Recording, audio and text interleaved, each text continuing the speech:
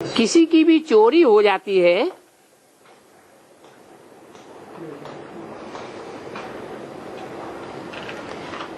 तो सब कुछ चला जाता है, ऐसे होता है ना। तुम बच्चों को बाप से राजाई मिलती है,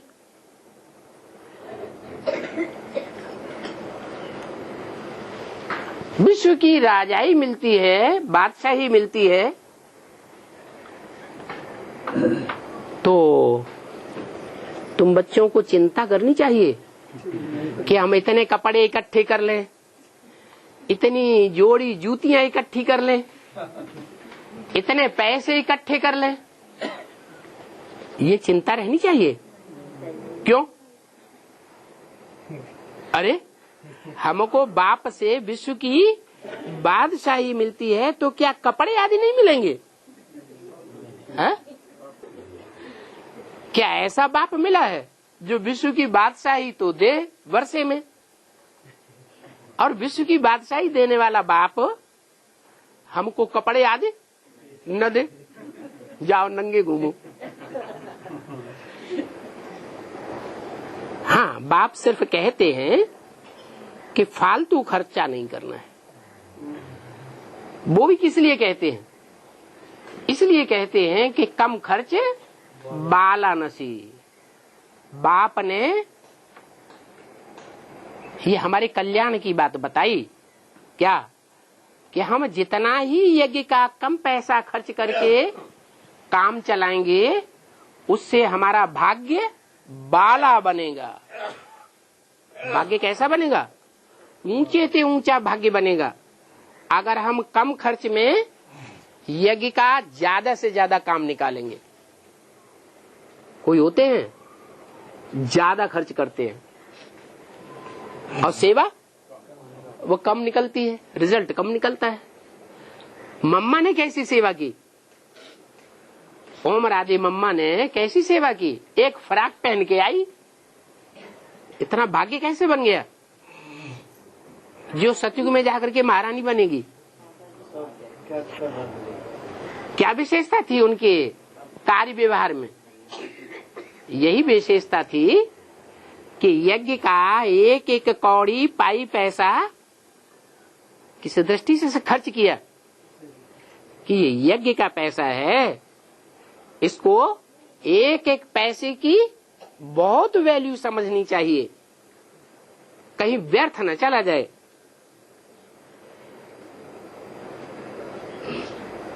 क्योंकि जो भी पैसा यज्ञ में आता है उसमें बहुत पैसा कुछ ऐसा होता है जो माताएं, अबलाएं बड़ी मुश्किल से पैसा निकाल करके यज्ञ में अर्पण करती है। क्या? एक एक पैसा निकाल करके माताएं यज्ञ में बड़ी भावना से देती हैं, मदद करती हैं। और किस लिए मदद करती हैं? वो पैसा फालतू कुछ बातों में खर्च कर दिया जाए है? वो चाहती हैं हमारा एक एक पैसा भी जो है यज्ञ में आया हुआ वो बहुत बड़ा काम करके दिखावे। क्योंकि अबलाएं मदद करती हैं ना स्थापना, स्वर्ग स्थापना के कार्य में, उनके पैसे फिर यूं ही बर्बाद नहीं करना चाहिए। क्यों ही? यूं ही माने कैसे? कि उन्होंने जो पैसे दिए हैं वो श्रीमत के बरखिलाफ काम में न चले जाएं। जैसे श्रीमत है कि तुम बच्चों को महलमाड़ियां अटारियां प्रॉपर्टी नहीं बनानी है अपने नाम से। क्या? बड़े बड़े महलमाड़ियां उठा करके खड़े कर दिए, अंडरग्राउंड कंक्रीट के मकान बना दिए, उसमें अबलाओं का, बांधेली माताओं का पैसा, जो थोड़ा थोड़ा पैसा इकट्ठा किया वो उसमें लगाई दिया। बाबा कहते दुनिया का तो विनाश होने वाला है, ये मकान, ये जो ऊंची ऊंची बिल्डिंगें दिखाई पड़ रही हैं, ये सब खलास हो जाएंगे कि रह जाएंगे? तो ईश्वरीय यज्ञ में जो पैसा आया, जिससे ये महल माणी अटारी बना करके खड़े कर दिए, ये पैसा बर्बाद चला जाएगा कि आबाद होगा? बर्बाद चला जाएगा। बाकी माउंट आबू में जो मकान बनाते हैं, मधुबन में जो मकान बनाए जा रहे हैं, उनमें तो बच्चों की परवरिश विनाश के टाइम पर होगी। उसके लिए नहीं बोला।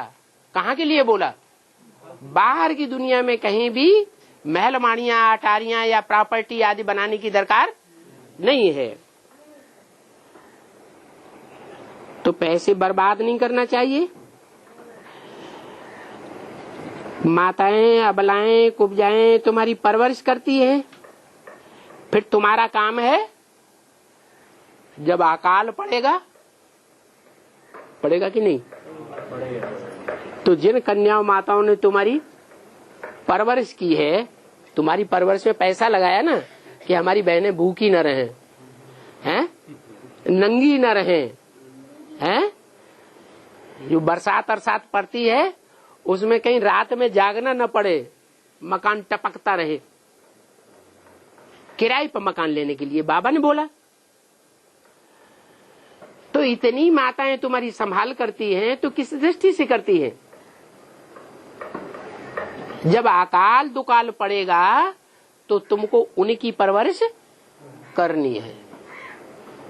ऐसे नहीं तुमने यज्ञ में पैसा दिया था, वो तुम्हारा खलास हो गया, अब तुम यहां क्यों आई? नहीं, हमारा फर्ज बन जाता है कि उन कन्याओं माताओं को जब दुनिया उनको ठुकराए देगी, तुम सब द्रौपदियां हो, बोला कि नहीं? तो सब द्रौपदियों को दुर्योधन दुशासन ठुकराएंगे या नहीं ठुकराएंगे? ठुकराएंगे। तो तुम बच्चों का फर्ज है कि उनको परवरिश अच्छे से करना, उनकी परवरिश भी करनी है, ये तुम्हारा काम है। अगर नहीं परवरिश करेंगे, उनके दुख के टाइम पर तो 100 गुना पाप बनकर के तुम्हारे सिर पर चढ़ जाएगा। क्या कहा है? मान लो कोई माता है, उसने अपने परिवार में लड़ाई लड़ करके पैसा निकाला कुछ और यज्ञ में दिया, या मकान ही निकाला दिया, और उस बूढ़ी माता को पैसा लेकर के, धन संपत्ति लेकर के लेने वालों ने बाद में दूध की मक्खी की तरह निकाल के फेंक दिया। उसको लौकिक परिवार वालों के घरों में बर्तन साफ करके अपनी जिंदगी गुजारनी पड़ रही है। ऐसे ढेर के ढेर मिसाल मिलेंगे। तो पाप हुआ या पुण्य हुआ? अरे ईश्वर के परिवार के बच्चे और ऐसे ऐसे काम करते हैं कि सारी धन संपत्ति हड़प ली और फिर दूध की मक्खी की तरह निकाल के फेंक दिया। ये ईश्वरीय परिवार है? लोगों को विश्वास बैठेगा या अविश्वास? अविश्वास बैठ जाएगा तो 100 गुना पाप का बोझा चढ़ जाता है। बाप तो कहेंगे ना कि अच्छा पुरुषार्थ करके ऊंच पद पाओ, गरीबों पर दुखियों पर रहम करो, गरीबों को पैगाम देते रहो। जो दुखी आत्माएं हैं, यज्ञ से वंचित हुई आत्माएं हैं, उनको पैगाम देते रहो ईश्वर का कि ईश्वर बाप प्रैक्टिकल में सृष्टि पर आया हुआ है। गरीब निवाज बाप आया हुआ है। क्या लखापति करोड़पति हीरों के व्यापारी का बाप नहीं आया हुआ है? किसका बाप आया हुआ है? गरीब निवाज बाप आया हुआ है। वो बाप कहते हैं कि मुझे याद करो तो तुम पावन बनेंगे। मुझे याद करो कहते हैं तो साकार हुआ या निराकार हुआ? कहते हैं, मुख से कहते हैं। मुझे याद करो माने कोई एक ही पक्का स्वरूप है। अब स्वर्ग में जाने के लिए एक बाप को याद करो। सभी को यही पैगाम देते रहो। अच्छा, बच्चों को बाप दादा की गुड मॉर्निंग। ओम शांति।